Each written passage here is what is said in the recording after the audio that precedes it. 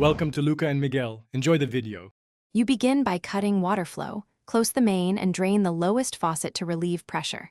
Next, remove the handle assembly, use the right screwdriver and an adjustable wrench, because access to the cartridge is essential.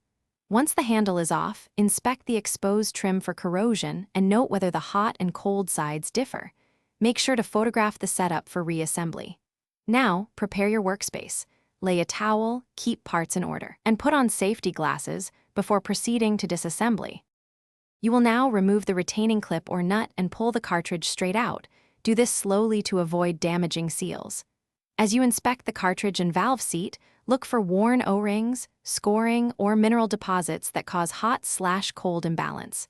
If seats are pitted, you may need a seat driver. Otherwise, clean with vinegar and a soft brush to restore sealing surfaces. Once clean, test fit the replacement cartridge to confirm orientation. Note marks and tabs.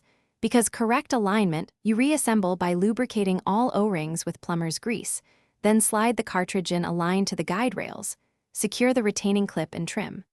Slowly restore water supply, open main and heater valves, and operate taps through full range to flush debris and verify proper hot versus cold response.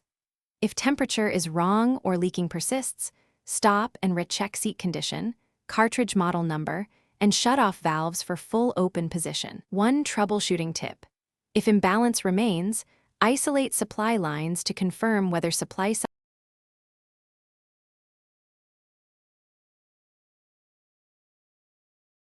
Thanks for watching and please subscribe. It's the best investment you'll ever make.